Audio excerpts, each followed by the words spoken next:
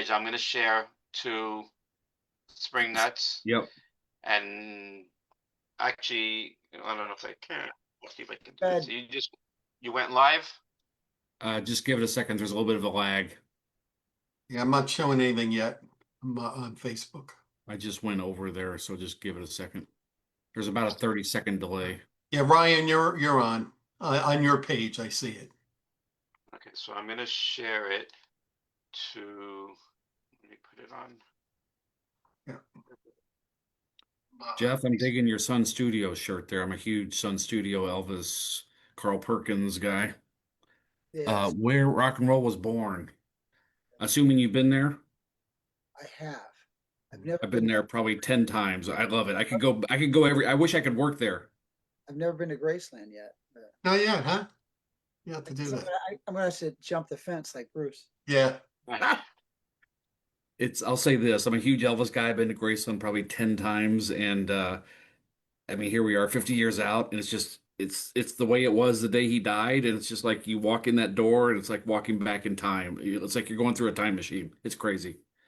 Everything is the way it was the day he died. Yeah, I hit Sun Studios. That was it. But I was in and out. I've been in and out of Memphis maybe 3 times. I was going to ask you if you had recorded at Sun at all for any reason. No, I would love to. I like old stuff. I'd like to get on those old mics.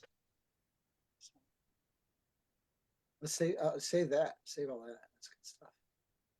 It's like you said. That's why they have the pre-shows. They tape them because all the good stuff comes on the interview before. That literally is the room where it happened. Right there, Sun Records. Right? Yeah. I've been there a couple of times. It's amazing. Like right here. You know, well, ask me about Elvis later. Okay. Well, I've seen Million Dollar Quartet a couple times, different productions, and they've actually got one in Chicago that's like a Christmas-ized version. They threw in some like Christmas songs, and it's basically the same setup and everything, but it's somehow Christmassy. I'm debating whether to go see that. You on Spring Nuts yet, Howie, or are you still trying to get there? I thought I did it, and then. No, I just see Ryan live, but I don't see. Okay, all right. So then let me try it again. Because I think that's where most people will look. Share.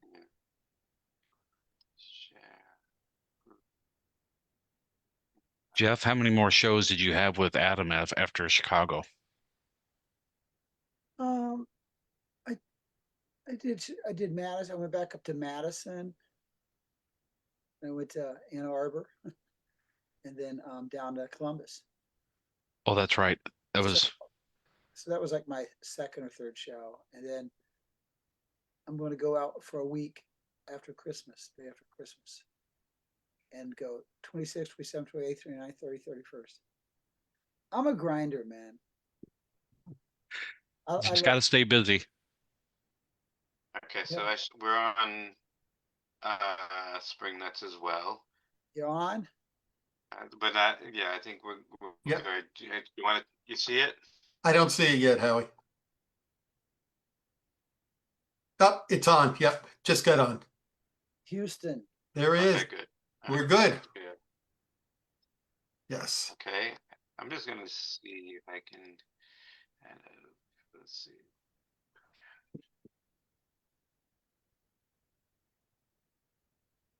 Jeff, I know you're from Lima. Lima. Lima, sorry. It's Lima, Peru, Lima, Ohio. Lima, Ohio. It's How far was that from Columbus? Hour and a half. So did you have any family, friend, like you still have I went family? to school there, Ohio State. So, do I have family there? No, I have family in Cincinnati. But I still have, I went to high school there, and I never went back after I left. And anyway. Did you grow up liking those sports teams in the area? Cincinnati? Yeah, I grew up liking, we were caught between, I was in Northwest Ohio, so we were caught between, not really quite caught between anything at that time. It was Cincinnati because they had the big red machine. So everybody wanted to see that. I wish I could show you my my framed Pete Rose jersey. It says Kazee, from the hit king to the king of the keyboards. Happy 50th. Nice. Very That's I nice. was, awesome. I was a Reds fan and a Bengals fan. Now there were a lot of Browns fans up there, Mhm. but when I moved to, I still have the same. I'm still got the same wife, still got the same sports fans. But I'm a big New York Knicks and big New York Rangers fan. Oh, good. And I Okay. don't, I don't really vote. I don't root against any of the New York teams. We should be good to go. Yep. All right, we're good, Ryan. Everything looks All right. good. Got We're good. comments? Yes. All right. Howie, you keep your eyes on the Spring Nut page with comments. Jeff, normally what we do is like we just talk, and then like towards the end, if anybody's got questions or if something really interesting pops up in the middle, I'll just say, hey, our friend so and so is, Okay. you know, Yeah, asking about this, that, and the other. So just so you know what's going on. got it. All right. Well, welcome back, everybody. This is our second night. Last night we had a great conversation with Williams Honor. Gordon and Reagan. I had a mix up, Jeff. I did what musicians. What's the number one faux pas you can make as a musician if you're a live performer? Choosing it as a vocation. Gordon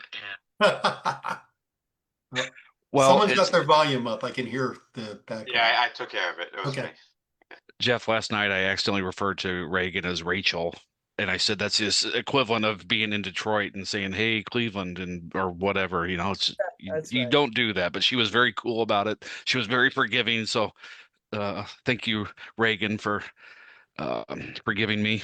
Well, welcome back, everybody. We have Mr. Jeffrey Kazee here, who I actually just met in person for the first time. I've seen you many times. I've seen you at the summer stage with Southside. I've seen you, different places, but the first time we met in person, great show. Jeff was opening for Adam Ezra, fantastic musician and band. That's the first time I'd seen them, and I was like really blown away Okay. by Adam's presence and by your music as well. I was really impressed. I started listening to some of your stuff after that night. That's good. I became friends with Adam and I liked his stuff because you know why? He opened for the Jukes. And the Jukes didn't really in the last, I don't know, 10, 15 years, we didn't have a lot of openers. We go on time. I said we go. We went on time. Johnny's as crazy as is, always on time. And then we barely had openers, but if we did have openers, they were friends, people we liked. And then even if we didn't need an opener, we would try to help the ones we liked get a bigger audience. And Adam was very good at that because he's great with people and his songs. And so I said, I have a feeling my run with South is going to end here in a couple of years. And that was a couple of years ago. And I said, when that happens, it's my plan to end my days. I'm still doing what I do, but being a troubadour. And I said, I'll come and open for you. Give you some of your audience. So so we got a nice thing. I sit in with his band, I do my set and then I sit in with him a little bit. So, and thanks for buying the t-shirt, Ryan. Yeah, absolutely. I love it. It's got a great design on it. What did you say you know somebody that designed this in New Yeah. York? I mean, I came up with an idea and then I found this guy from Holland. I mistakenly went on online one time and said, "Hey, I'm looking for anybody that designs stuff." But throw me out. I got really incredible stuff, incredible feedback by graphic artists, and a lot of amateur art. Someday maybe that's a coffee table book. Yeah. But anyway, I got this gentleman that does it and helps realize my ideas. And It's great. You got the bus on there. You got the hat on there. And you got a piano. It's tagging an upright piano at the end. Yep. So anyway, that's it. Great design. I like thinking of stuff and then giving it to other artists and have them realize it for me. I like to collaborate that way. So. Well, I really liked the one song that really stuck out to me that night was "Thanks for Checking In." I was just like, wow, that's a really well written song. Great meaning to it, a lot of heart in there, and I just thought. So on my way back home that night, I was listening to your album from 22, "Thanks for Checking In," which has that track number 4 on there. So great stuff. Thanks, man. That was a song it's pretty good for me. And when I wrote it, I played it, and my wife came in the room. She said, "That sounds like a real song." Wow. As opposed to as opposed to like 100 songs that Johnny and I wrote, or I wrote on a couple other albums, you know. But I think that was a high praise because she's a civilian. I mean, she's just like, you know, she loves Bruce, you know, she loves songs, and so that's when I knew that might be pretty good. There you go. So yeah. Well, for everybody watching at home, we got Mr. Kazee here. Howie and Stan, introduce yourselves real quick. I'm Stan Goldstein. I'm the sidekick on here with Howie and Ryan, and glad to have Jeff on here. Should be an interesting conversation. A lot of catch up with him, and I have a few questions that we'll get to. So yeah. All right. And I'm a newcomer, you know, Yeah. but I want to welcome everybody back to you know, to Cafe, and you know, we're starting off the season with, you know, two fabulous you know, guests. You know, just before we started the season, we said, you know, instead of just saying we're going to have one, we're going to line them up, and we want to make sure we get. And it would, the response that we got from everybody has been tremendous, and I'm told, you know, as we are with everyone, but you know, to have Jeff on the show is, you know, a huge honor for us. You know, he's a legend in every sense of the word. He's also a Nick fan, so that was a very big, very key for me. Don't have many Nick fans coming on this podcast, but all kidding aside, he's a gentleman, and many of you guys have met him. You know, can attest to that, and just so great to have you here, Jeff. So thank you so much. Thank you. I've always enjoyed the Spring Nuts, and I've seen all of you at shows from time to time. We always have a good conversation.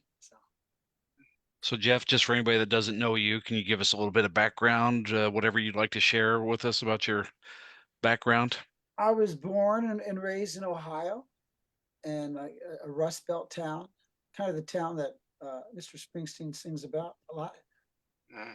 And it was a pretty good town to grow up, but it was in decline for a long time, you know, but a lot of industry, but a good place to grow up. I'm proud, you know, to have gone there. It was a place called Lima, Ohio, between Dayton and Toledo. And you know, it was just it was a factory town. And then, you know, 10 miles out, you had agriculture. My parents were from Kentucky, and so I was raised. They had moved up from eastern Kentucky to Ohio for my dad. My dad was a salesman, but he was a great guitarist, good singer, and he led the church in the choir. And my mom we were the only people from Kentucky on our block, and my mom was just scared to death that we would be considered hillbillies or something like that, because it was, you know, we were the only ones, you know. So she was really hard on us with our grammar, but she took us to museums, and she made us take classical piano lessons. And I had a brother who's no longer with us, but my brother was an incredible piano player, and I was chasing him until I got out of high school. His shoes were way too big, so I kind of found other things to do. But yeah, so that's my origin story. And I went to college at Ohio State, and then Morehead State in Kentucky. Oh, And got out in 4 years. I just wanted out. I mean, I love reading, I love education, but I wanted to play music, and I had to finish my degree, which helps. It helped me with nothing except the geniuses that I studied piano and composition with. I should have just done that, you know, and gotten another degree maybe. But it all worked out because I knew my school was going to be the road and better musicians than me. That's where I got my master's degree, you know, with playing with the best guys I could. So I stuck around for Cincinnati a little bit after I went down there after I graduated, and met my wife, and talked her into moving to New York City with absolutely no plan. Wow. To call somebody and start meeting people, and just a ridiculous no plan B, zero, not a good idea, but it worked out. So when you were at school, were you playing in bands or were you doing anything? Okay. I got a degree in music, and I was playing in bands and put myself through college, and playing a lot of gigs. I was lucky to have been bitten by all the genres, and I was obsessed over them, and just became like a real practice room nerd and love playing music, and I love the soul of it, and I like the thought of it. There was no such thing as low art or high art. I just loved it all.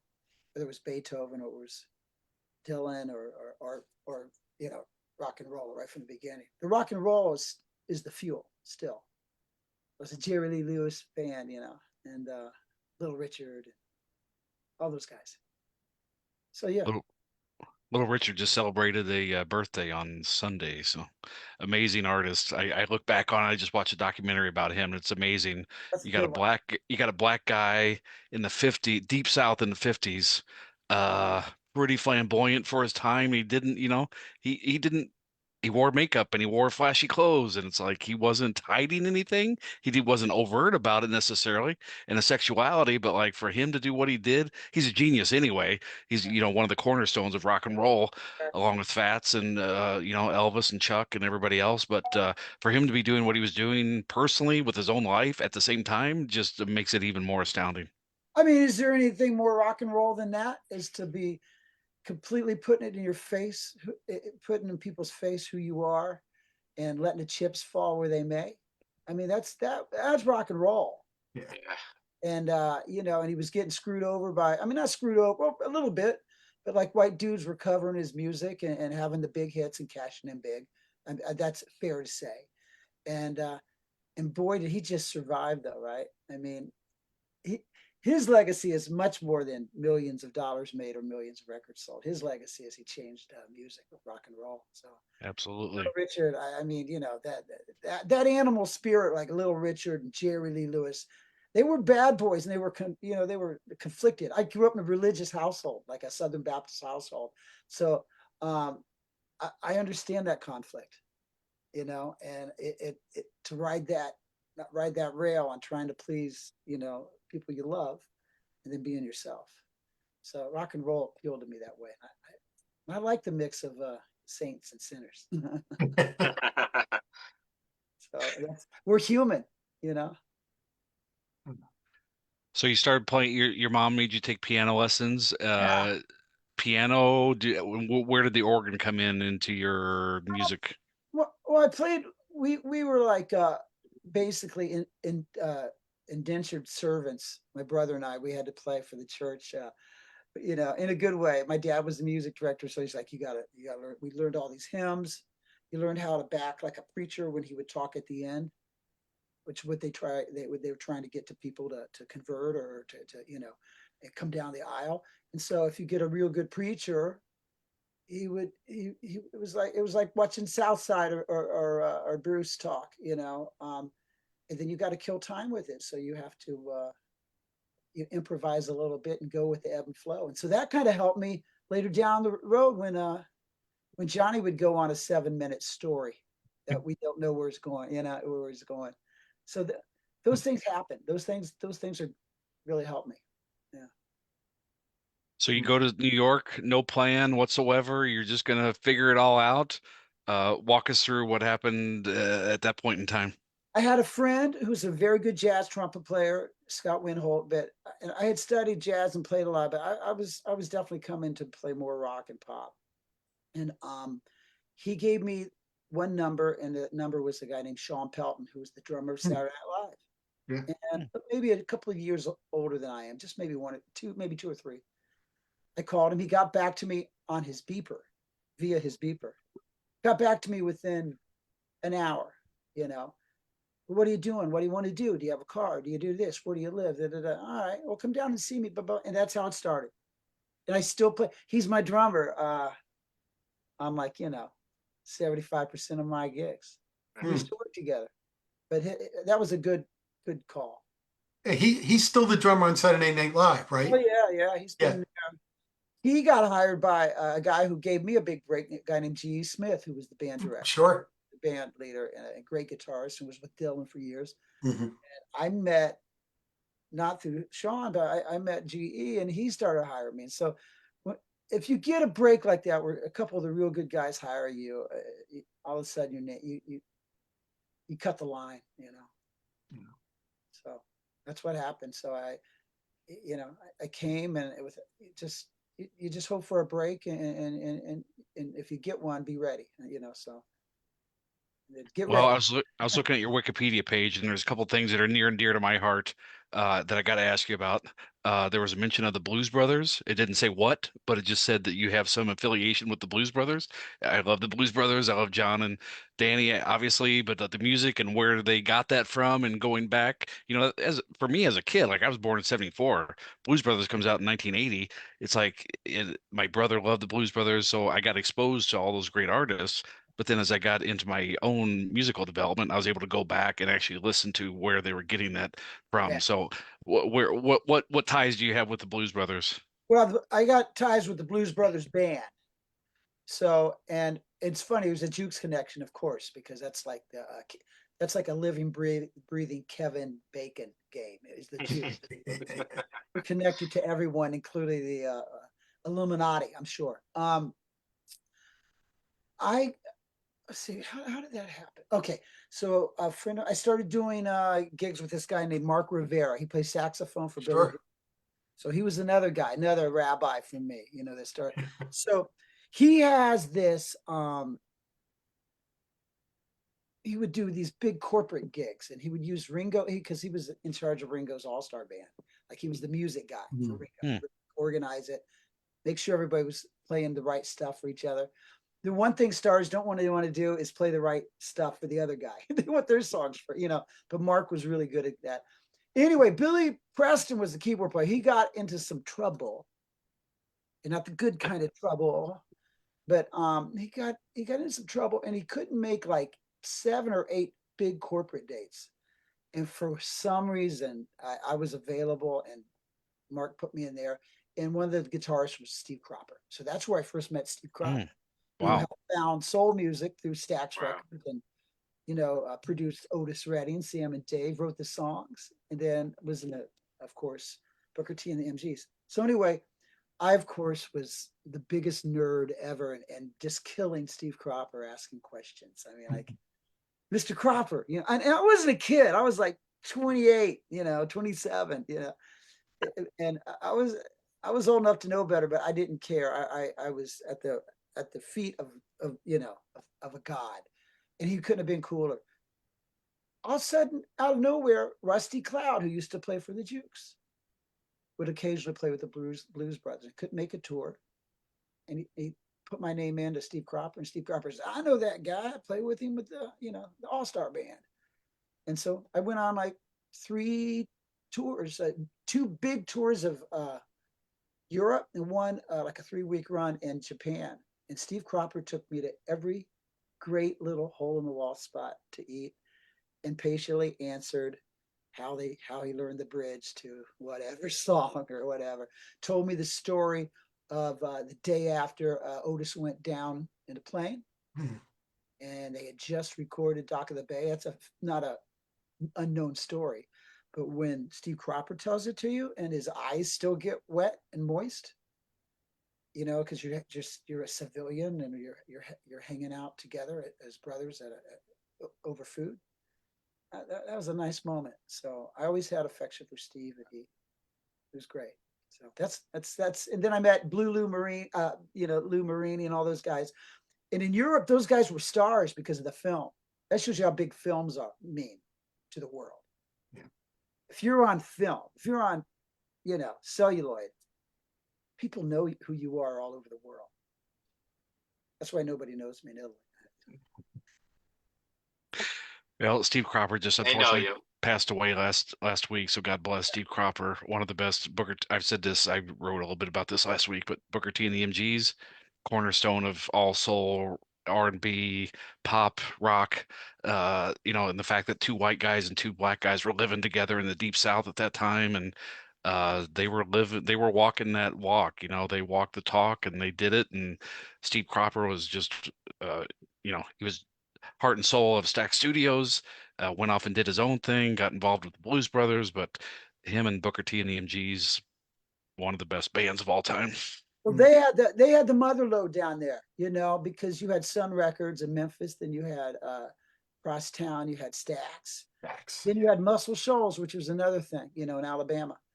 And so they were cooking with secret sauce, and everybody started coming down from New York to get some of that sauce, right? You know, Aretha and Jerry Wexford brought all his people down there. Then rock bands, Southside Johnny recorded at Muscle Shoals in the Hmm. set. And but everybody went down there to get some of that. You know, that's what they do. And the South is unlike anything else, anywhere else. You know, and It's a great crossroads of roads, rivers, musicians, well, cultures, ways of life, everything. well, they had the black and white thing going together down there with the music, and that was a impressive cocktail. So, Well, since we're talking about Memphis and you're wearing a shirt for Sun Studios, uh, I've been to Sun Studios many times. Been to Memphis and Graceland and everything else. I'm a huge Elvis fan, huge Sun Studio guy. Uh, Talk to me about Elvis a little bit. well, Elvis Presley, right? Kid. Um, so I could talk about Elvis Costello too, You could. but no, for real, Elvis was like, you know, all those other influences were huge to me, but Elvis was like the first real like star that I just knew was an unqualified star. And I was born in '67, so he had already started to wash up, you know, and went into that other phase. And isn't it funny that, you know, he's so maligned? They call him Fat Elvis and stuff like that, right? And that like he was a Vegas act, which he kind of, it's some of it's true, but if you go back and listen to it, he's still singing his ass off. Yeah. And by the way, he's not that fat. I mean, I'm like, you. It was one of those celebrity, you know, just driven mania that took that guy down, you know. And so, but I tell this to Johnny because we, you know, I always say Elvis was such a great singer. I mean, did he appropriate? Well, yeah, we all do, but it clearly was Elvis Presley. A lot of people had a chance to sing with black and white influences and sing on records, and there was only one Elvis. And so I don't think anybody rocked as hard as he did and had that funk and that soul and that sweetness. And then he could turn around and sing a gospel tune, you know. Yeah, the appropriation, misappropriation thing. It's like, yeah, there are artists that were purposely going out of their way to misappropriate. He just loved music. He didn't care if it was black, white, yellow. Like he'd listen to gospel music. He'd listen to country, R&B.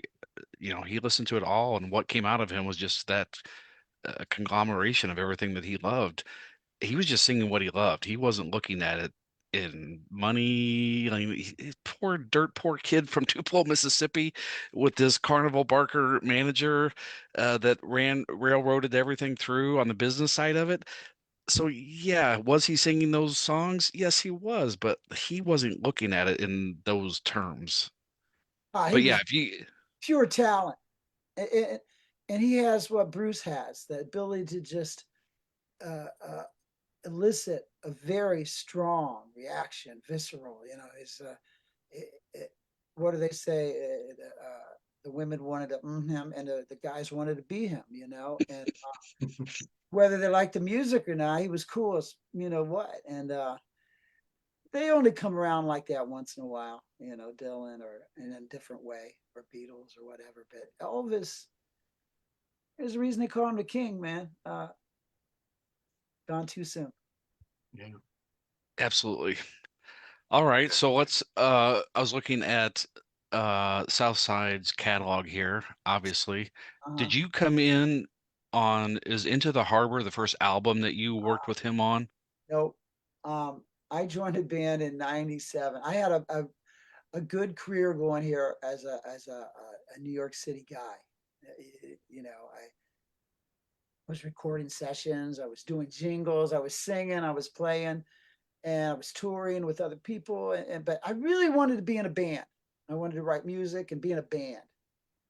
Music was changing. There was no the session world had changed, and I always liked to perform. And anyway, I got this chance to sub for Rusty Cloud.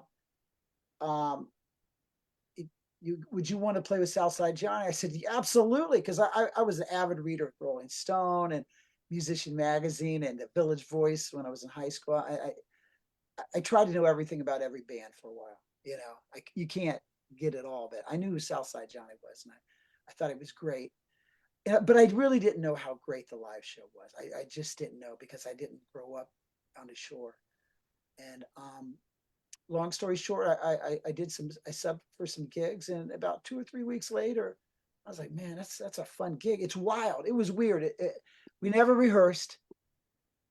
I showed up as the first guy there. If sound check was at 5, I was there at like 2, sitting up there by myself. And on the first gig down in Seabright, New Jersey, there used to be a place called Trade Winds. Trade Winds, yeah. You probably were there. Yeah. I was there many a There, time. Howie. Yeah, me You too. were I've been probably- there. I saw Bruce and Clarence there. Yeah. Right. Well, There's multi-million-dollar homes there now. Yeah. that's right. Now it's another world. The whole shore is by the month, right?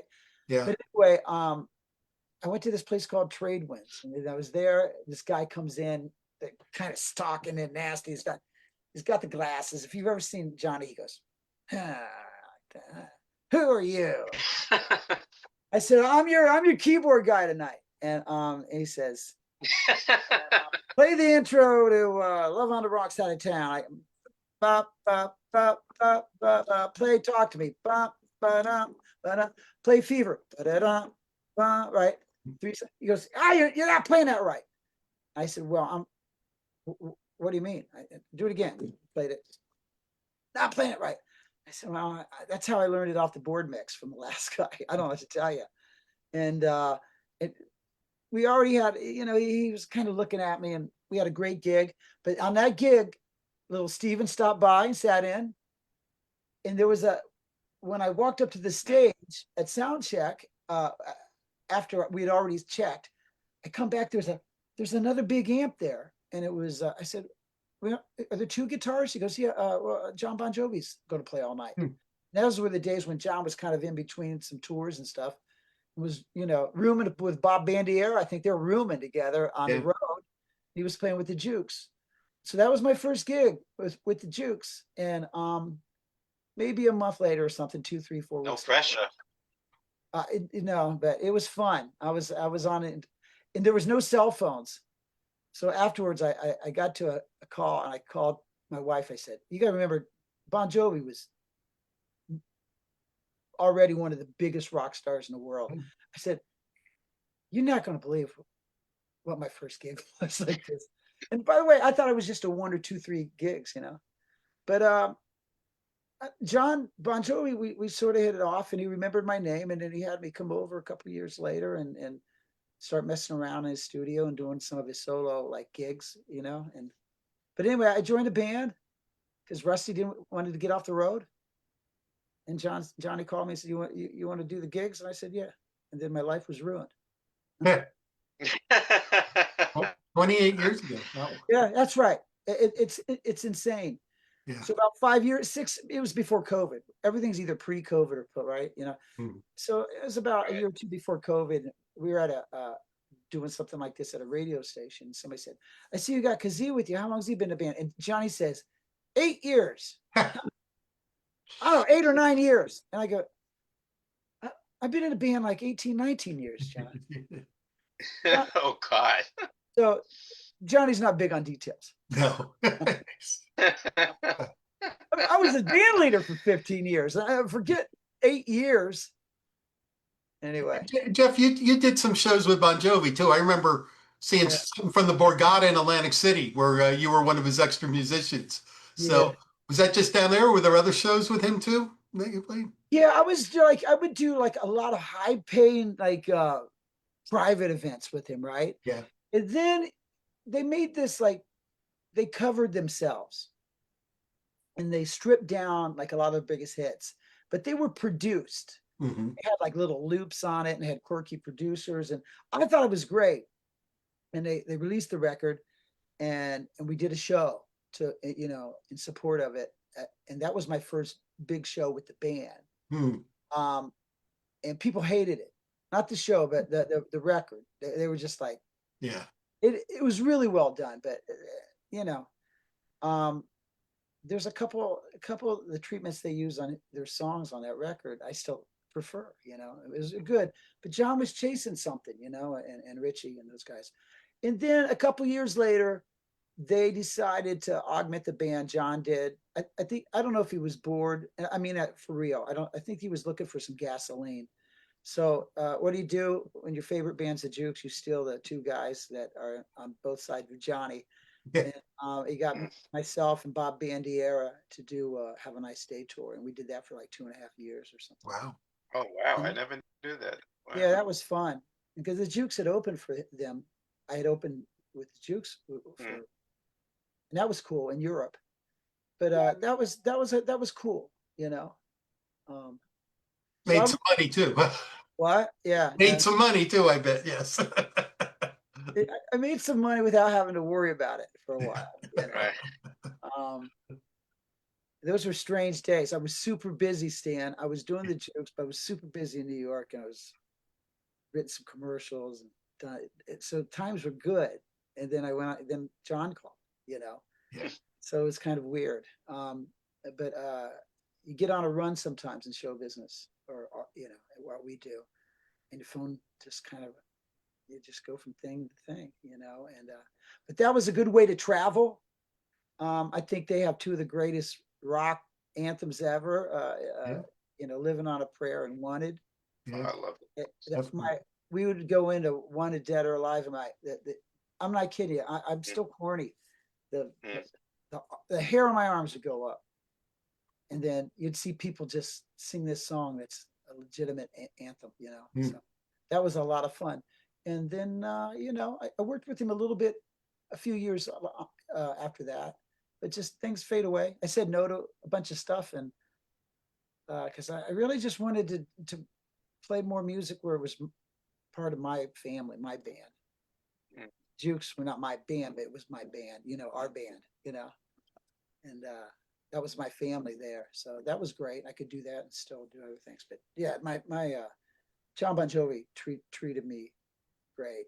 And every year or two, I get a gift basket because we bet Ohio State versus Notre Dame, and Ohio State kicks their ass every.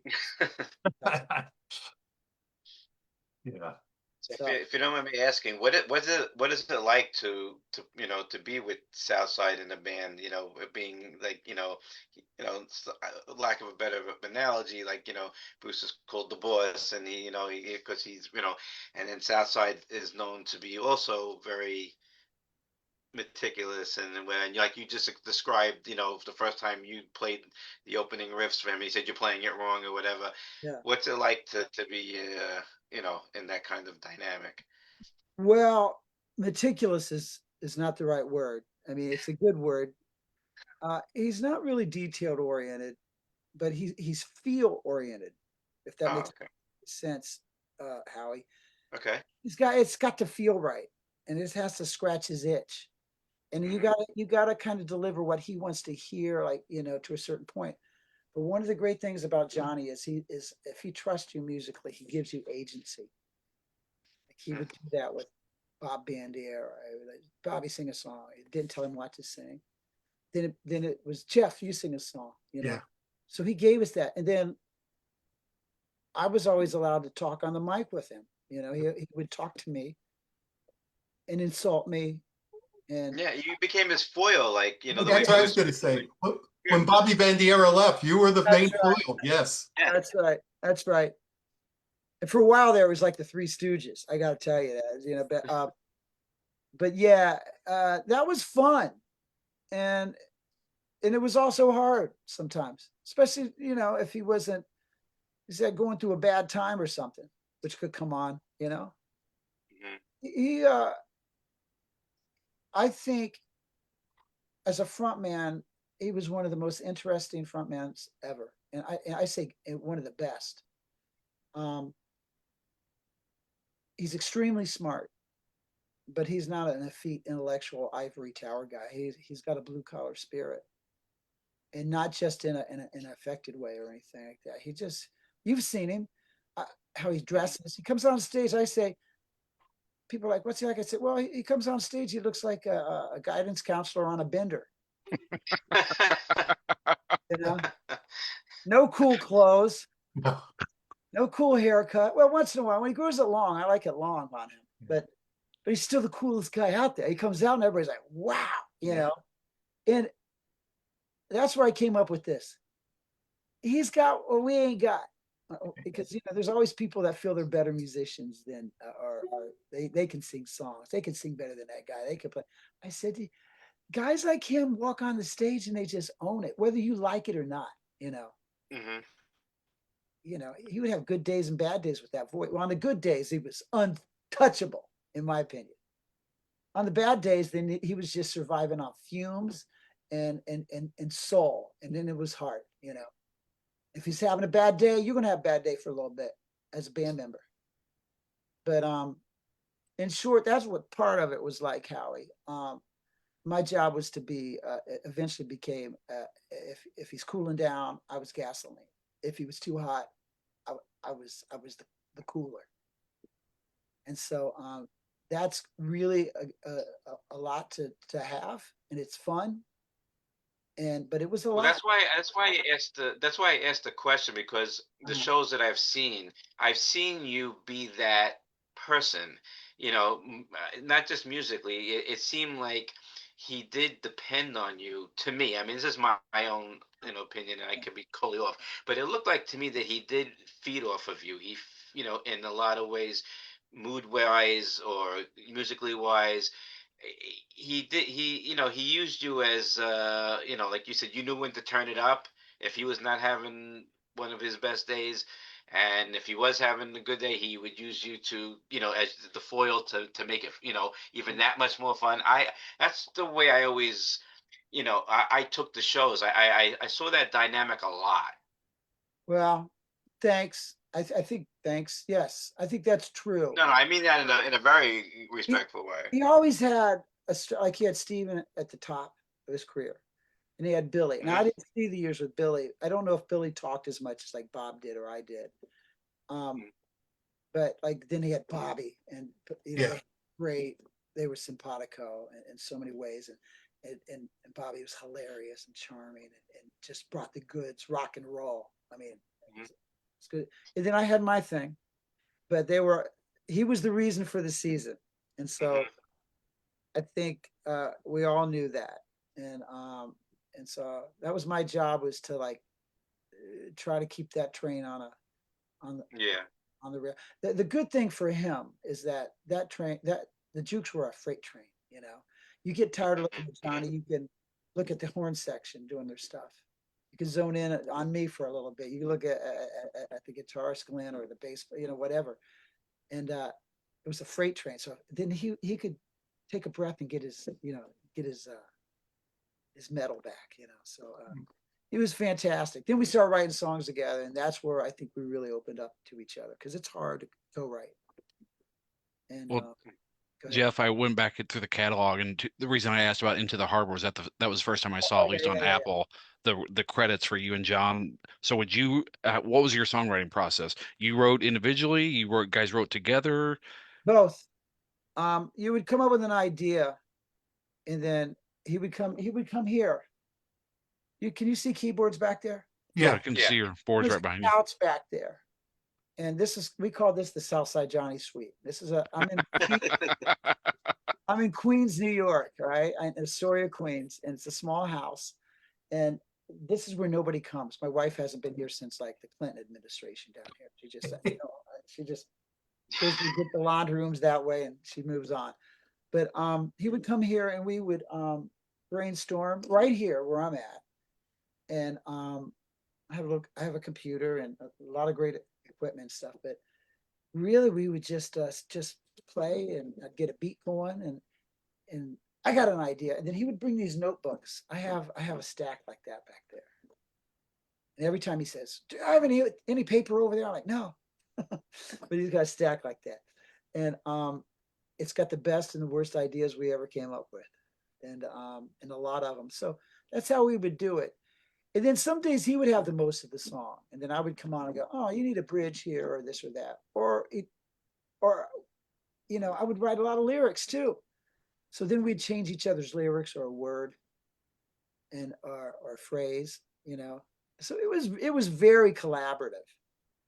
So if it says he wrote it and I wrote it, it's not one guy's song. We just put both of them out. I mean, sometimes one guy was steering the ship more, but and then I would produce demos down here, and then we'd take it into the studio, and then you got that great horn section and great musicians, and it kind of tell them what you give them a little guide, and you've seen how they do it.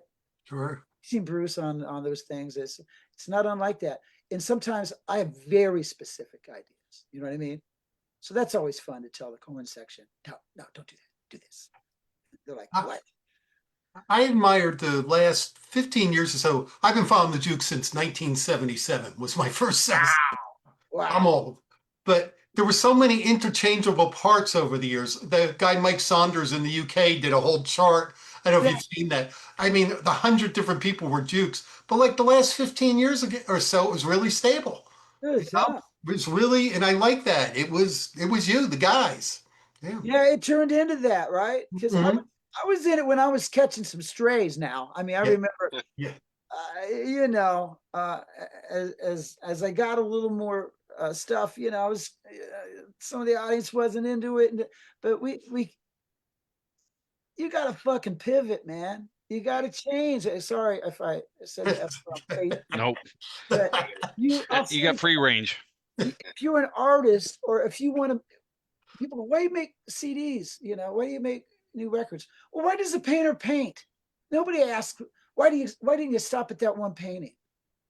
You don't have to release everything. I mean, you see Bruce has got, 15 million songs but so one of my things to be in that band was so that we made records. So I was on Johnny. Let's make a record. I was young. I was the youngest guy in the band when I joined the band. I want to make a record. So we made a record, and we made "Messing with the Blues." To a long way back, you asked me which was the first one. That was the one. And that was a good record. It was a blues record, and his best friend Gary Talent quietly just produced a really nice record.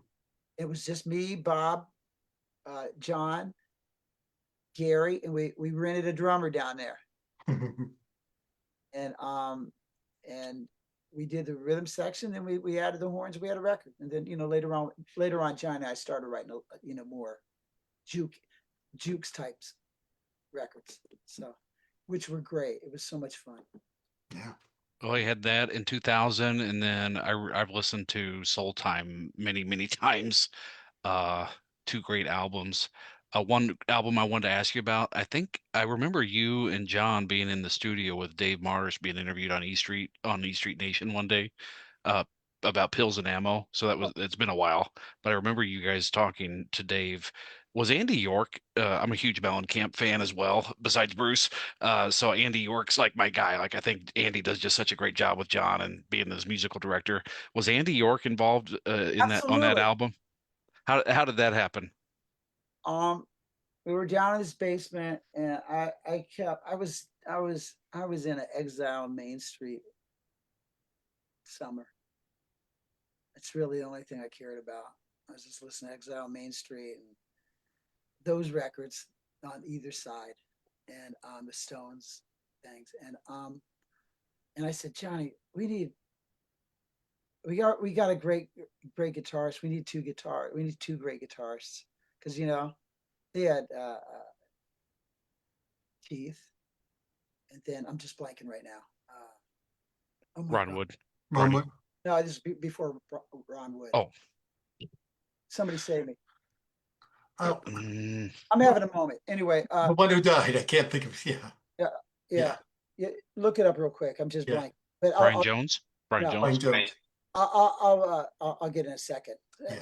If anybody's dialing in, get it. It's Brian Jones. No, that wasn't the one. He was the early Stones. I'm talking about the mid '70s guys. I'll tell you in a minute. Anyway, we needed a second guitarist that was strong, and so they could play off each other. And I had heard Bobby play off people, like when people sat in, it was awesome.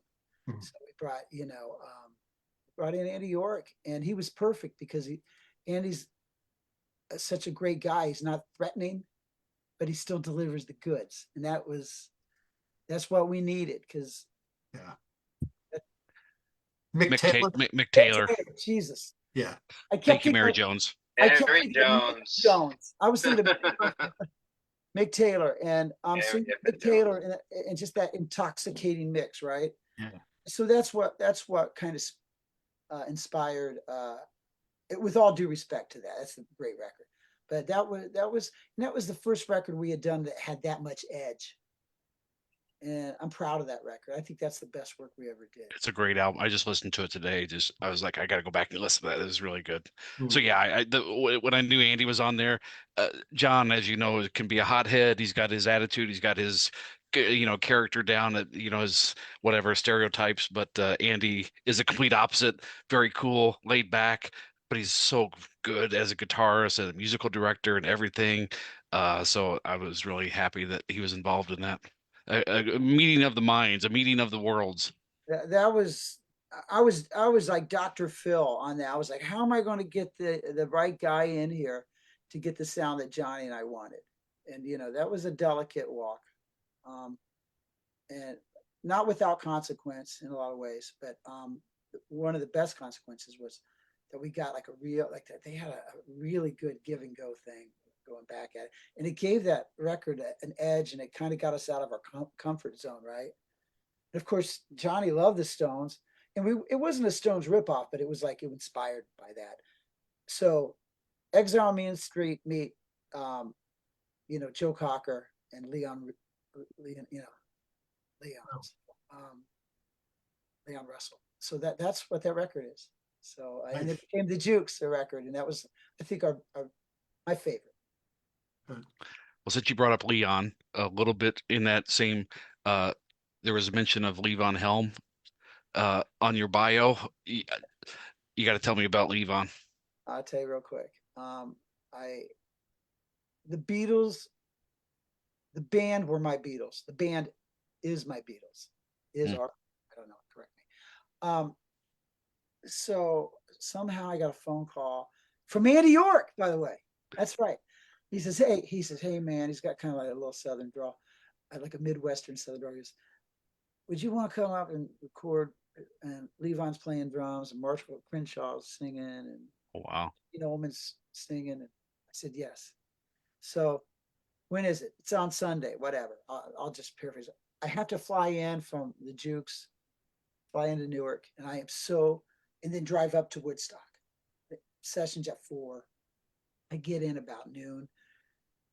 I'm so nervous. I'm not nervous. I'm excited. And I'm just like, I'm going to play with Levon Helm. Get in a car, and I go about 5/10 of a mile. I get a speeding ticket inside the airport. I get a ticket, and I said, I'm going to, and I actually said, I'm going to a recording session with Levon Helm. And the guy's like, who's Levon Helm? Oh, And then I go, all right, fair enough. I mean, the guy was like 30. So I drive up to Woodstock, and there's only one car in the parking lot. And it's like Ishtar, when they run into each other in the desert. That happens. There's one car, and I'm nervous. Where do I park? I don't want to be, so, and he's got a barn up there, which they have concerts and a great studio. So what do? I park right next to that car. I open my door, and it's downhill. So the car door opens and hits the engineer's car, scratches it. Now, I'm usually pretty cool, but not big. So anyway, that's how it started. I apologize. Fortunately, we could rub the scratch off. Went in and hung with them. We record. It's on Spotify or something. oh wow. Was he working on an album? Is that why you were there? He was doing a cut for a singer named Christine Ullman. She's a great soul singer. And Levon played drums. And I got to tell you, I learned something off this. It's called "What's the Matter, Baby." I think that's a song. It's a Marvin Gaye cover. It's on Spotify.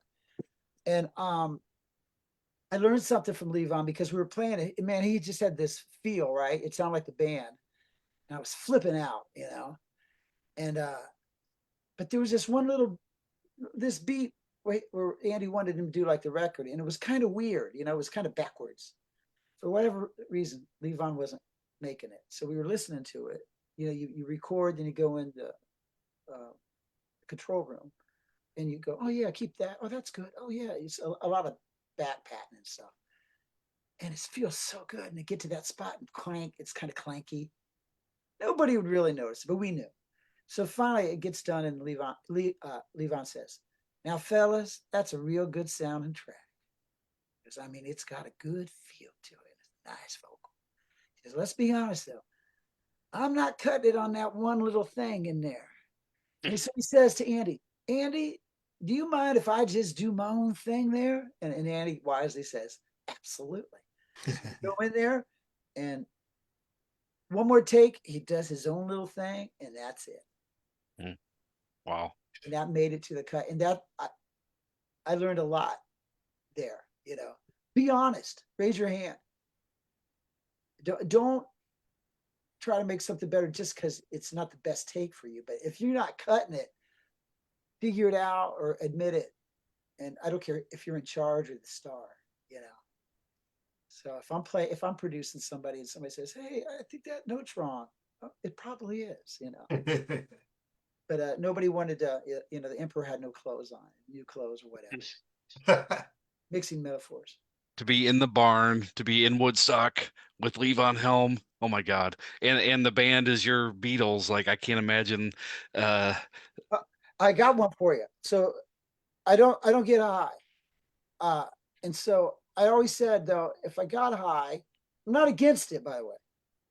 But I said, if I was going to smoke a joint, I'm going to wait. I have a shot to meet Willie Nelson at this point, right? You met so many people. If Willie invites me on the bus someday, I'll smoke a bone with Willie, right?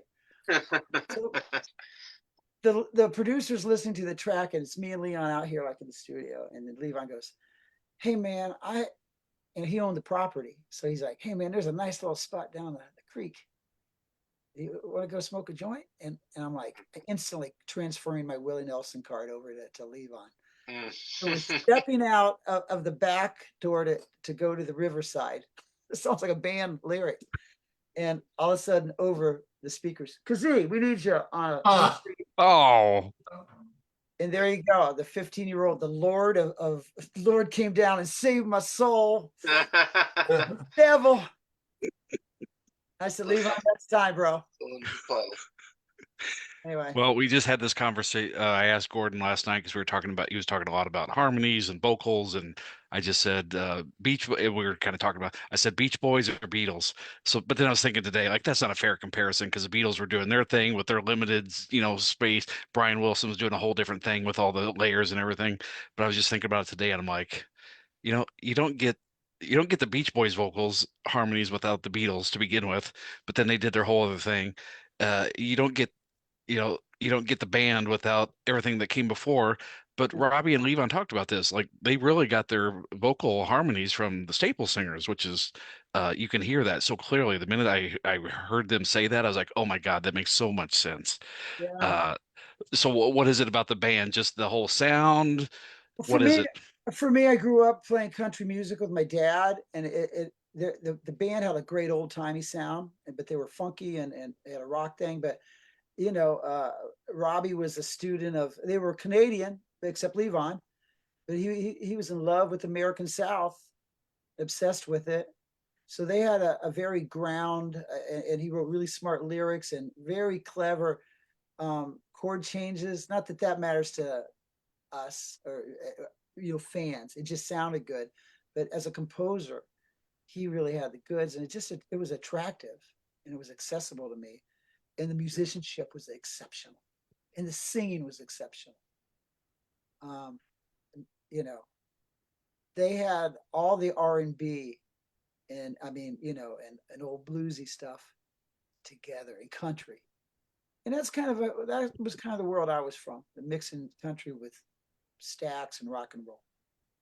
And so they became my obsession. Each of them was phenomenal in their own way. Garth Hudson was a genius, way way in front of his time. But for Levon to play the drums the way he did, with the swing and the groove that he had, and singing at the same time, and the way he delivered his vocal, you listen to the Weight or anything from the Last Waltz, and like it takes you off into a different place and time. Yeah, they're pretty hard to beat. This weekend, sometimes I sometimes I sub for the keyboard player in a band called the Weight Band, Mm. which is led Hmm. by a guy named Jim Weeder, who took Robbie Robertson's spot when the band reformed in the 80s and 90s. So he's got all the stories about all those guys, and but to play that music, on either organ or piano and sing, it's fun for me, and I'm like a kid, I'm like a kid playing the music I wanted to play when I was a kid. It's fun. I gotta say there was one show that I went to, and I remember, I know I'm supposed to come out, it was a Southside Johnny show, but I know I was supposed to come out, to be quite honest, my wife, Jules, she's a huge Southside Johnny fan. She's gone way back as well, to the but I remember going to a show. First of all, just so to put it out a little thing, me and Jules met at the Stone Pony at your show, at a Southside Johnny show 10 years ago, and 4 years later we were married. So we met at a Southside Johnny show by chance. But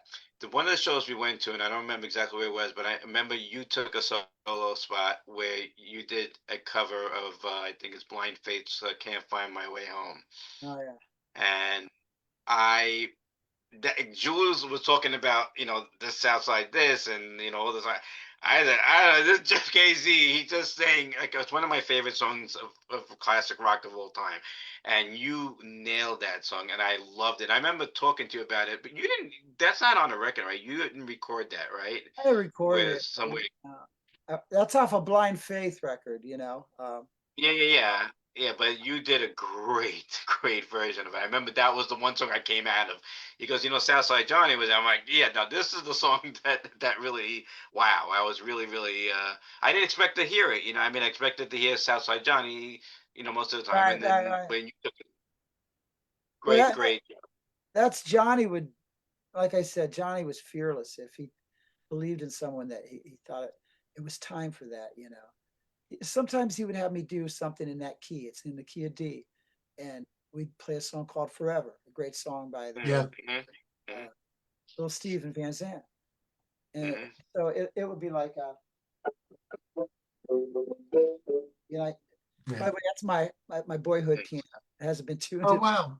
25 years, but so I would do a song in D. So sometimes it would be "Can't Find My Way Home," or it would be "I've got to run to keep from hiding," that. So anything in D. But yeah, Johnny would let you he would pump you up for that, and go at it, and there's nothing. That's great. That's give him credit. Oh, I give him credit. Yeah, it's so good. Then so if you killed it, he was ready to rip your throat out. He was like, it was in a good way. You know what I mean? It was like Yeah. it was like a race, and he always had that. Like he would give that agency to Bob Bandiera, and Bob would kill it, and so and then so, hey, get up there and don't wait, just start singing. Are Jeff, you have you heard from Southside? You still in touch a lot or Yes, we exchanged stupid YouTubes, if like people getting hurt, kind of fitting the herd kind of stuff where people are morons, and we don't really talk about music. We don't talk about the Jukes. I supported him when he said, it was a year ago about this time, yeah. and we had a great show in the next in Philadelphia, and we went to our home away from home down at the Birchmere in Alexandria, and we were great. We were talking, and we went out there, and in the first 5 minutes, it just went south, so to speak. And then he exited the stage, and he'd done that before. So you play some, you take a break, you go back there and say, "Come on, let's go get it." We go back there and get it. And I went back there, and it was a different story. It was over. And so I said, "Well, I'll wait a week," because we had gigs. We had New Year's Eve, we had a couple other things. And I called him. He said, "I'm done."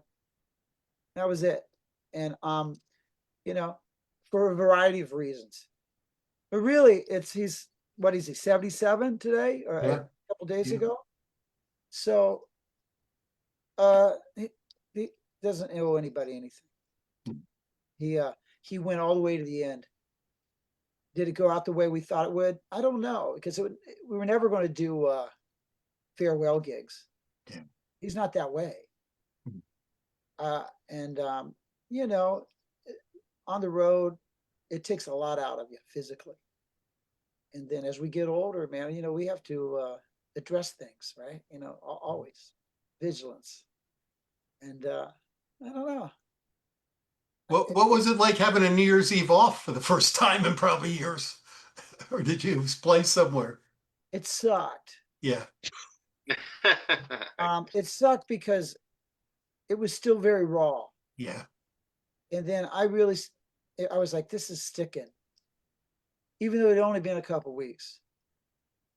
But, you know, I did get to see Ohio State play that weekend, and they eventually won the national football championship. So I didn't have to race home or watch it backstage. So, you know, you make lemonade out of lemons. But no, but I don't miss it.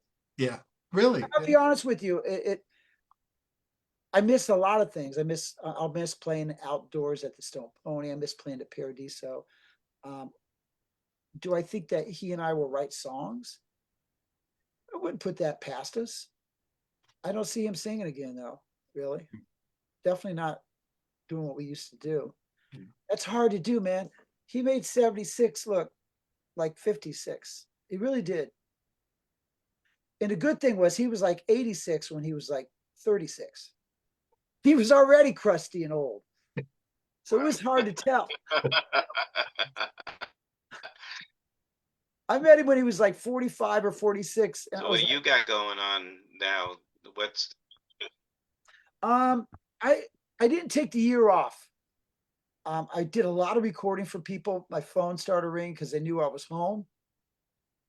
And I only take gigs that I think I'm good at or I'm interested in. I don't do anything else if it's not really something for me. You know what I mean? And I played a lot of piano. I played a lot of piano in New York City. I had a trio, played a weekly gig at a hotel. And then I was doing shows with people.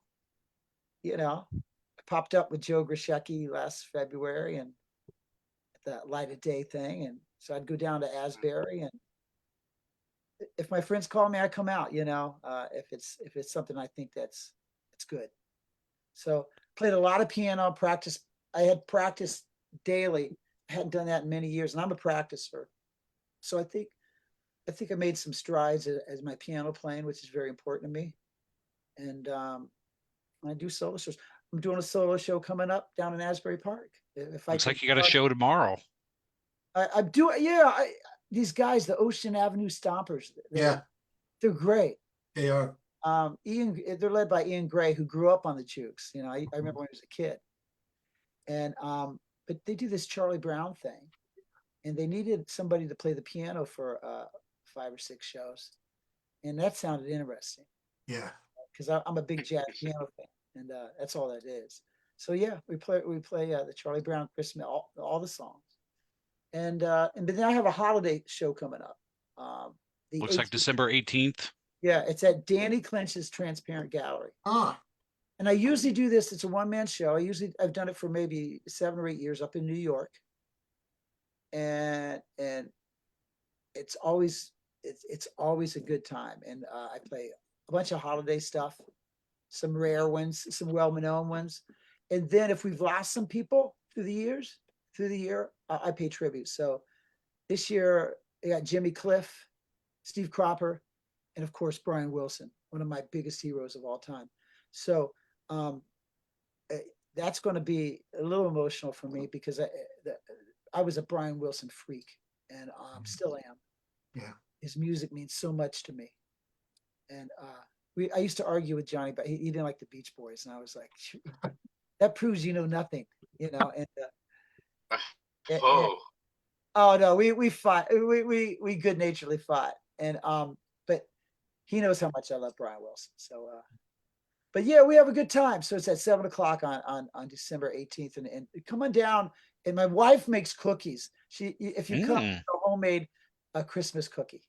I'll be there. All right. All right, Stan. Yeah, I live in Ocean Grove. I live just a few blocks from Southside. So Do you ever see him on the porch? yeah, oh yeah. I've run into him at the post office a few times, and he's John to them. Hi, John. He's not Southside. He's just John. John Lyon. Is he Yeah. mailing records? What's that? He always goes to the post office because he collects Yeah. records. He sells them. Yeah. I was going to ask you. I see a Louis Armstrong album. Do you ever go to a record show with him? I know he collects him and Gary Talon have a huge collection. I understand. Listen, I don't want to ever get stuck in a car with him again. And the Econoline white van's one thing, but no, he's got a thing with Phil, Right. friend, our merch, his boyhood friend, and Gary, But those guys get up at 5:30 in the morning and go to be, to these swap meets, looking for old records, and then they'll buy a case of records and go through it, and if they don't want it, they'll flip it, on eBay. And so I have a lot of records. You can't see them. They're another place, but if you go, like if you went to someone's house and he was with you and you had records, he would just get up and just go straight to the records and start rifling. And but I've seen him. He would find records and flip them, and the person who sold it didn't know what they had, and he might have gotten a lot more than he thought he would, and he would return back to where he bought it and give them some extra bread. Isn't that cool? Yeah. That's the kind of guy Southside Johnny is. Mm. He's a lot of things, but he's got a giving streak in him. That's he's a soulful cat. Yeah. That's I love that part about John. So. Yeah. Well, for those of you watching at home, check out Jeff's website, jeffkazee.com. Just the way it sounds, Kazee. You got a lot of stuff coming up. You got your opening for you playing at the Pony with Danny and Jesse Mallon. I should move to Asbury. I'm down in Asbury more than I was when I was in Asbury too. That's on the 13th. Danny Clinch has made some amazing music. And did you know he made?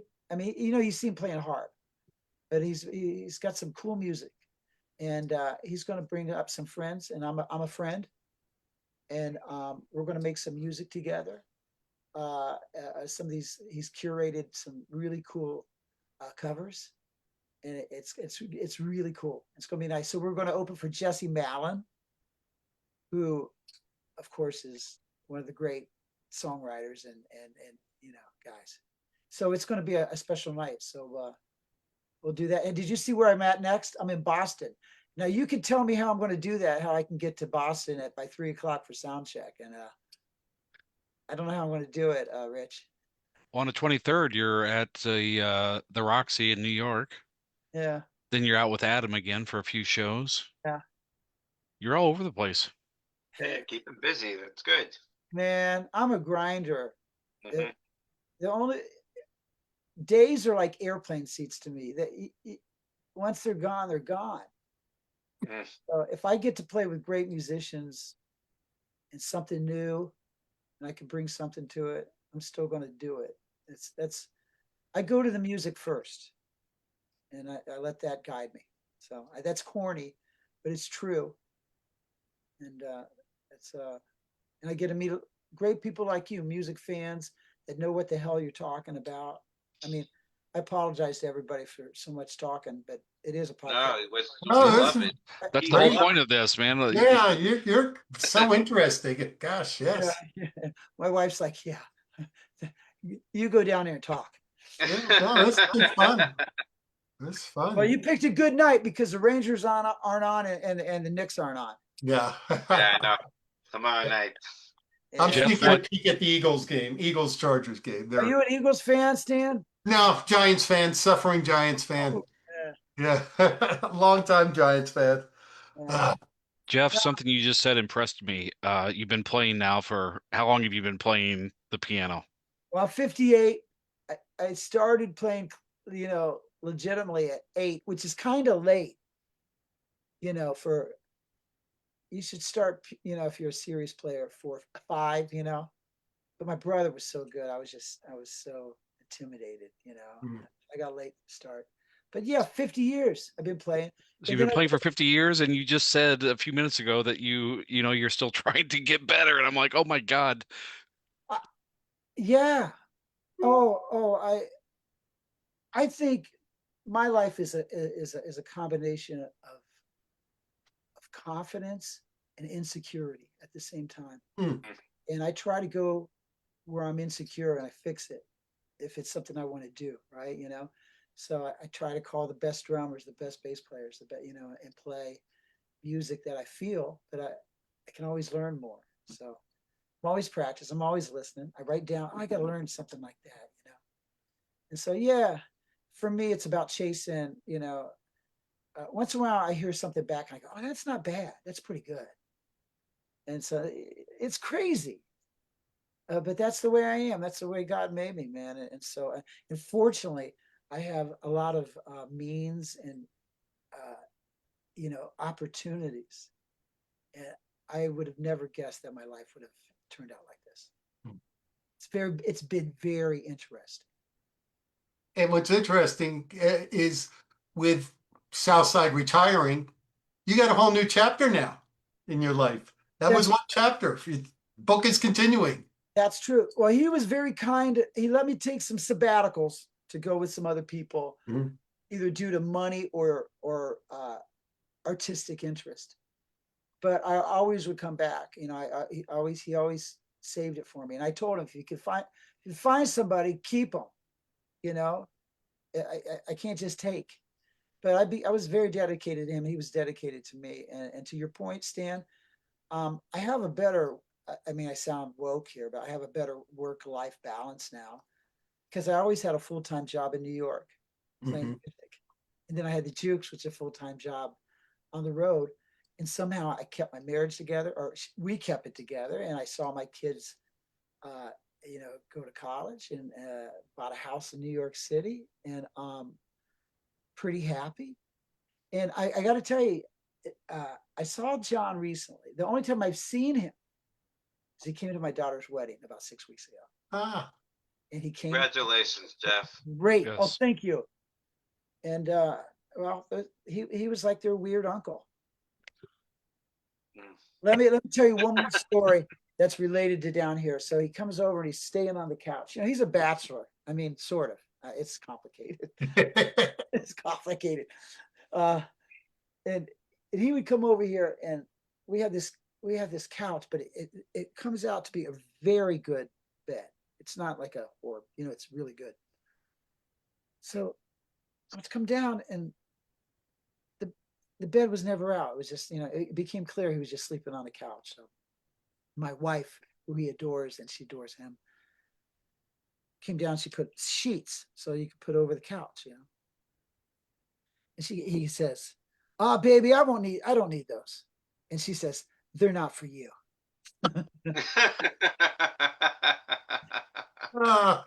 He's down here sweating, drinking Jack Daniels, and Constance's like, "Nah, that's what kind of shop that we ran here. That's great. Outside Johnny Sweet, look, soak it in. There you go. Louis Armstrong. Here's my uncle. My uncle had wow. My uncle had a record deal in 1929 with Brunswick Records. Wow. Wow. Jeff Kazee. Look him up. He was on Props Out to Buell. I'm a media influencer. He had a couple tracks get on the Smithsonian Anthology of Folk Music. Wow. Which he became, that was 1929, 1930. He became famous in the 60s again with like the Newport jazz crowd because they were into old-timey music. And G. Smith said, "Are you related to Buell Kazee?" I said, "Well, Buell, that's my uncle. He taught my dad how to play, and he's from a holler." My parents grew up like in a holler, like 7 miles from Butcher Holler, like Loretta Lynn world. That's down there. That's where he was from. And my friend G. Smith said, "Hey, I know this guy Buell Kazee. Bob Dylan hit me to him." So all those folky guys were into him. So anyway. Wow. Jeff, I got Yeah. 3 quick questions for you. Okay, I'll have 3 quick answers, I promise. Go. Okay. First one. First concert you ever attended. I mean, I went and saw the Airmen of Note at the Lima Civic Center, and it was a big band. That was awesome. The power of the big band knocked me through the roof. You're going, all right, let's go to like a rock concert, right? I lived in Lima, Ohio. Okay, we didn't have people come to see us. Nazareth would come through town or something, or saw Willie Nelson at the fairground. But I saw Marshall Crenshaw and Howard Jones at Fort Wayne, Indiana. I love new wave and that kind of thing and smart songwriting. And I saw Billy Squire at his highest. Wait for it, Rat. So those are the first concerts I paid money for. And I Okay. went to college and I started going to this place called the Newport Theater. And I saw Sun Ra, Pat Metheny, Elvis Costello. Wow. I mean, that kind of booking. I was never an ageist. I saw these Sonny Rollins, jazz guys, rock guys, punk guys. Then I went crazy. And then I didn't see anybody because I was on stage. Now I go to shows if I can with my wife. All right, that's one. Second question. Yeah. Do you, music is obviously in your family. You got music everywhere growing up. Do you remember walking into a record store and buying your first 8-track, vinyl, whatever medium? Paul McCartney and Wings, London Town. Wow. And he gave a superior product. It was a great album. People were still pissed at him at that time for Wings. Now Wings is being looked at critically better than it was when it's aged well for a lot of people. Surprisingly. That I was crazy about that. And then the record had all the lyrics and then had a really great poster. And I was that kid. I got a job at Camelot Music, seasonal employee when I was 15, 16, 17. And I probably made $3.50 an hour. Plus I might've stolen like 48 posters. There's a second episode that we had someone steal something and admit it on this podcast. I don't know why this became my confession over here. Howie, I like to give back, right? I know. I swear to God, it's okay. It's okay. Listen, the Lord made me take it. I stole it. I took a Donald Fagen, The Nightfly, that record. Yeah. You know the record? So Donald Fagen from Steely Dan made just a masterpiece. It's probably 1982, 83. And I found that back in the back, old promo. I put it on my wall, and it's him as like a 60s DJ. It's black and white, like film noir. He's looking there, he's smoking a cigarette. I put it up, and my dad, he came in, just an old time Southern guy, goes, "That guy looks depressed. You need to take it down." So it made me take Farrah Fawcett down, but he made me take a depressed New Jersey DJ down. And so black and white. I think we're gonna rename this Spring Nut Confessional.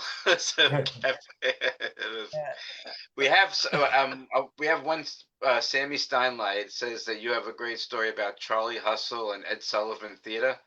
Yeah, so I got a call to do my favorite show at TV was Late Night with David Letterman. I thought Letterman was a genius. So I watched it when he was at 12:30 and I was in high school. I'd watch it in my bed, black, white, little TV.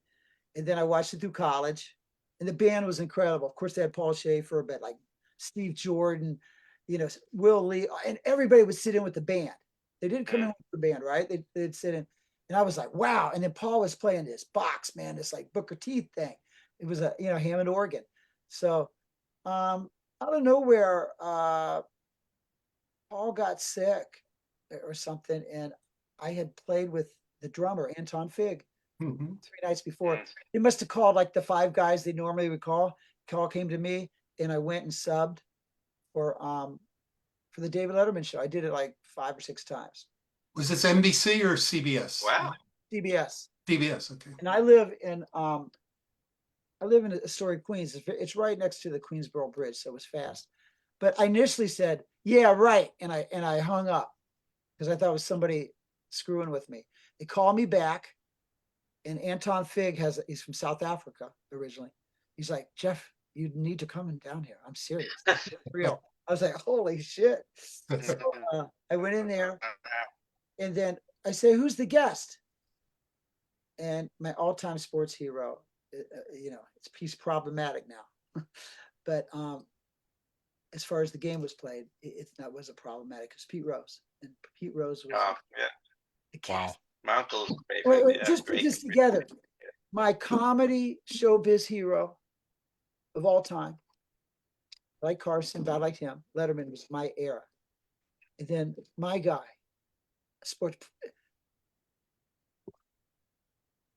And then everybody back home, I'd already had a pretty good career. Everybody, I was on TV. Finally, he's like, he finally made it.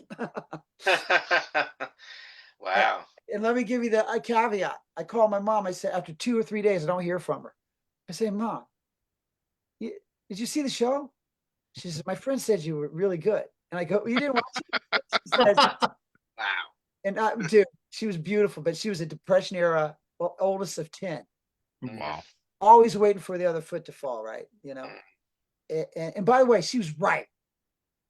I said, oh, but did you see it? She says, yes. She says, you were very good.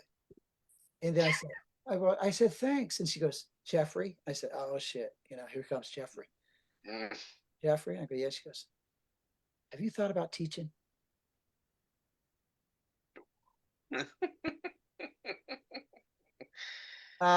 No. No. Thank God, no. But it was that foreign. You know what I mean? That kind of big show business moment. I mean, so I got to do it a few other times. I had to turn it down a couple of times because I was on the road. Then, I just kind of ran out of runway because I had to get somebody else to do it once in a while. So yeah, there you go, Sammy Steinlight. Yeah. I've heard of him. He's a PR guy right down in Yeah. He's a legend. He's a legend. Yes. I'd like to meet him someday. Maybe you can still get your Ranger and Nick tickets. We share Ranger tickets. There you go. I met that guy. I met him out by the board. He was attending a Jukes Allman Brothers show. And I met him out by the board because I wanted to hear the Allman Brothers from the soundboard. And he came up and said hello to me. And he was nice. And they gave me his business card. And he worked for MSG. And I went, what now? Need Southside tickets? Hey kids, life is not fair. Yeah. Jeff, Sammy's asking what was the walkout song for Pete on Letterman? Charlie Hustle. The Hustle. Because for Charlie Hustle. The Hustle. And then sure enough, they played all right, first time I got up, he comes out and he's got the bad haircut. The hair was bobbing. Awesome. For the next podcast, I'll tell you how I met Pete in Cincinnati, and that was another story, but too long. Okay. Well, we'd love to have you on for volume 2 maybe in 2026. Yeah, a couple of years from now. Not a couple of years in. It's like 3 weeks from now. What's your next show, you guys? What are you guys going to see? We got Willie Nile. Willie Nile is going to be the next show. Isn't he great? Man. Yeah, 50 years of Light of, not Light of Day, of his rock and roll, and Light of Day coming up as well. And but listen, Jeff, we would love to have you back. I mean, I don't know if you see the comments that I see, but they love it. I haven't shut up long enough to read. Yeah. They're loving it. So no, people are loving what you have to say. So we'd love to have you back. Yeah. How are you, Brian? You got one more question, though, still, right? Questions. Yeah. Jeff, Stan is the human abacus. He is. He keeps us on track. Yeah. So I after last night, I talked to. We've done these interviews with people that are more at the fan level, not the musician level. So you're operating a whole different level. So after I asked this to Gordon and Reagan last night, I was like, oh well, that changes things because they played with so many people. The question was, if you could go see anybody in concert who is no longer alive or has since retired that you never got to see while they were playing, who would you like to go see? If you aren't worried about money, time, going somewhere, travel, if you could go see anybody perform that is no longer here, who would it be? Ray Charles. Hmm. at the top of his game. Like I would have loved to seen it. I never saw, that. Yeah, I think Ray Charles. I had many chances to see Jerry Lee, but I just didn't want to see it. I'd seen him on TV at that point. I would have loved to seen Jerry Lee. Even in the 70s, when he was doing country music, he was awesome. I listened to those live records and bootleg records, like when he was a grown ass man, not just rock and roll, like the kid, the hillbilly genius, but like when he was beat down on his third or fourth wife, and but like, but I think I would probably go with Ray Charles. One of the greatest moments I ever saw witnessed between musicians was this was late in life. Like they knew that Ray was not doing well, but Willie and Ray were together. And I don't know what show they're on, but they're playing Song for You. And Willie's just watching him play and he like starts tearing up and like you can see the tears rolling down his cheek. And I was like, man, there's like true friendship, true love between two people. It really got me. Oh man, yeah, Ray was transformative, and they called him the genius. And but his voice, I don't think anybody got more emotion out of one syllable than Ray Charles. And then in his arrangements, his touch on the piano, and he was his own arranger. Then he had the songs, right? Like you say, he sang a song for you. That one, I'm like, I've been so many places in my life and times. I mean, that one sentence, Leon Russell masterpiece, right? And that song is like 12 masterful lines plus a bridge, just one after another. And Ray Charles singing that, get out of here. Hmm. And About as best as it gets. yeah, so that's who I'd go see. Let's go. Let's get a group and get a Oh, team. let's do it. Let's get 4 on the rail and go out there. Yeah. And so you're seeing. I'm pointing like the people can see who I'm pointing to. So Howie's going to see Willie. What shows are you guys seeing? Oh, what shows are we going to go see? What Yeah, concerts are we yeah, going yeah. to? Oh, I Oh, know. I Chicago? thought I'm sorry, I misunderstood you. I thought you said You might have been on the podcast. on the podcast. Okay, on the podcast it's Willie Nile. Yeah, Yeah. no. I meant like shows. Oh, okay. Oh, you're throwing the question at us. yeah. Yeah, I Oh, am. I can't say what I'm seeing next, but I will say this. I saw Paul McCartney last week, in Chicago. I said Where this at? last night. He was at the United Center, which is the basketball arena in I Chicago. know where it is. I know. 25,000 people. Guy's 83 years old, still played close to 3 hours, played 33 songs, and you're sitting there listening to a guy that wrote uh, the final medley. You're listening to songs they wrote 65 years ago, 25,000 people singing Hey Jude and Let It Be. It's like that's Can't it do gave that. me goosebumps just to be there. A lot of grown men crying. Hmm. What about you, Stan? Mine's interesting. The person who has passed away, I never got to see Sammy Davis Jr. Oh, I would have loved to have seen him. And I regret I had a chance in LA in the mid 80s, and my friend dragged me to a LA Rams Houston Oilers preseason game in Anaheim instead. that And sounds the great. one who is retired, and I don't know, maybe she'll play. I've never seen Carole King. I'd love to see Carole King. Hmm. There's mine. That's great. Yeah. Howie? Uh, I, I would have loved to see John Lennon. That's the one guy that I really Right. felt like I missed out. And the That's a next good one. show that the next one I'm going to go see. We're going to the Why Hunger benefit on Sunday at the Stone Pony. We're supporting that. The group is supporting that. And I think the next concert after that is going to be Jason Isbell, who is a really, I think, phenomenal artist. Very underrated, I believe. Yeah, by many he's underrated and highly rated by others, right? Like guys like us. Ryan, I was sitting on my couch about a year ago. I can't remember what month, but it was in the fall, and I get a call and somebody says, "Can you be at the Bowery Ballroom in an hour?" And I said, "For a gig? What's going on?" He goes, well, yeah, it's a gig, but you're not on it. McCartney's playing. So I got to go see him at the Bowery. Yeah, I Oh, remember you were that. one of what, Yeah. 300 people or whatever it Uh, was. All my friends, including that clown that got to you, Sammy Steiner, they were all looking for tickets. And I'm just, and guess what? Here, I'm husband of the year. It was February 14th. yeah. Yeah, and I said, hey, darling. And she goes, honey, I would have thrown you over on Valentine's Day to go see Paul McCartney. So I went and saw him, got a parking spot right on the corner downtown. Wow. Ridiculous luck. Went in, saw it, 2 hours, tears in the eyes.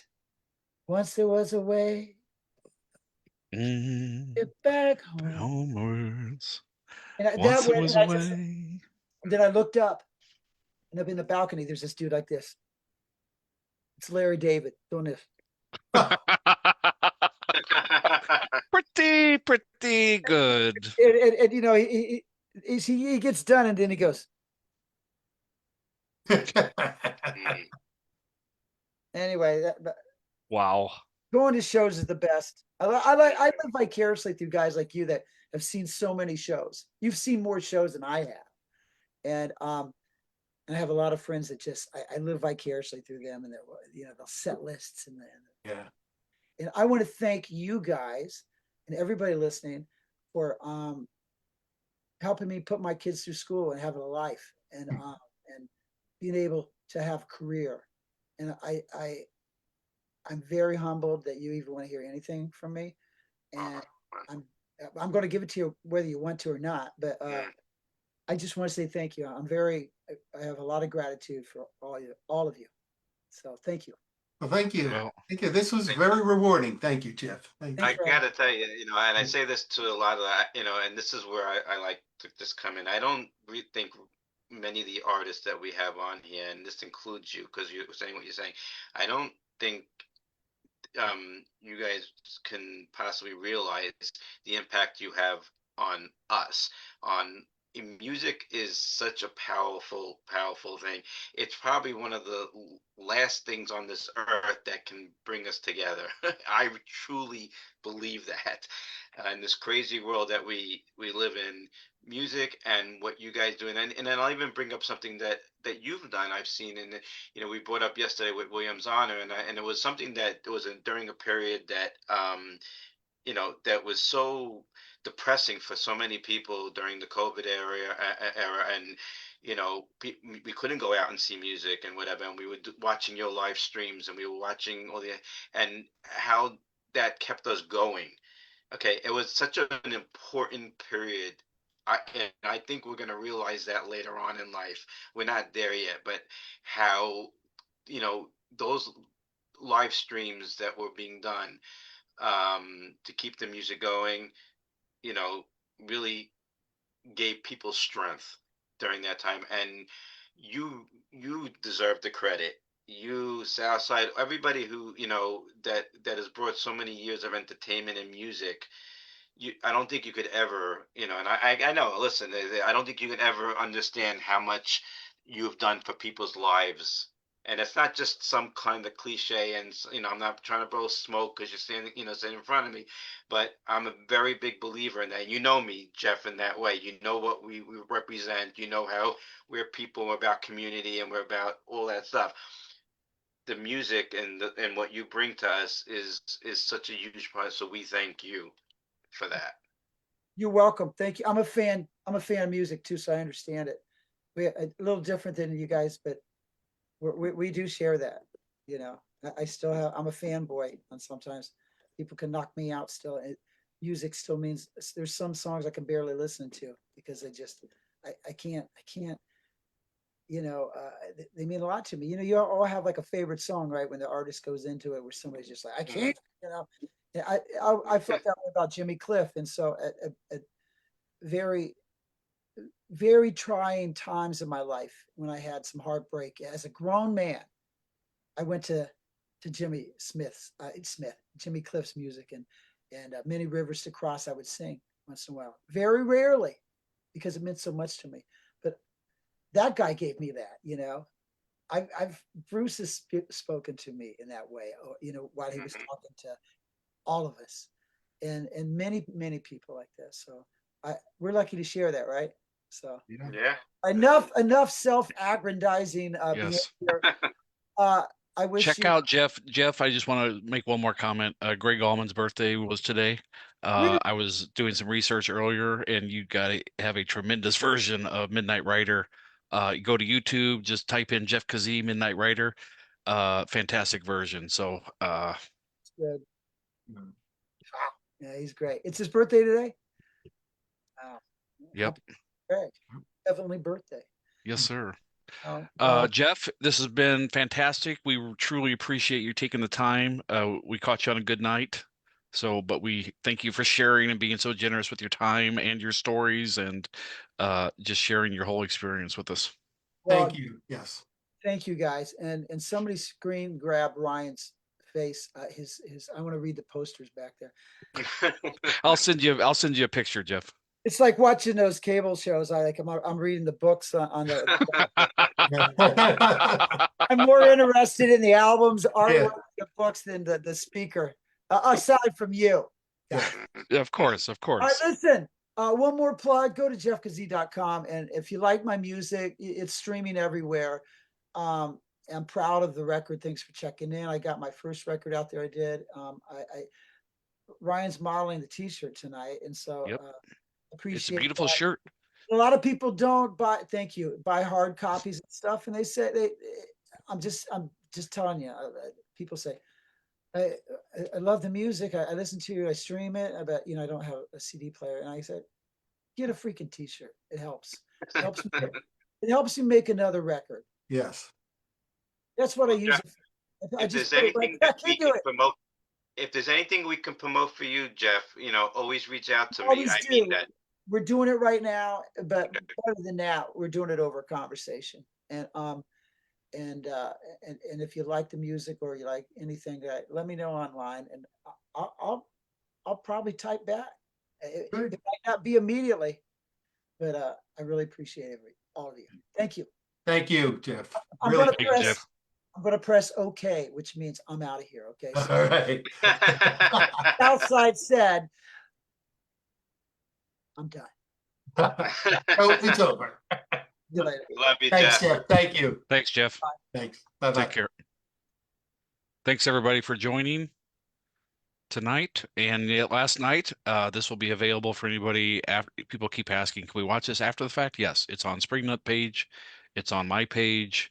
We are going to be downloading these and putting them on the Springnut YouTube page when we have time. So they will be out there for us. Thank you, Jeff, for doing that. That was fantastic. Boy, we've had two really good guests back. Yeah. Well, three guests. We could- Guests. I think we could do the whole season in a week if we want.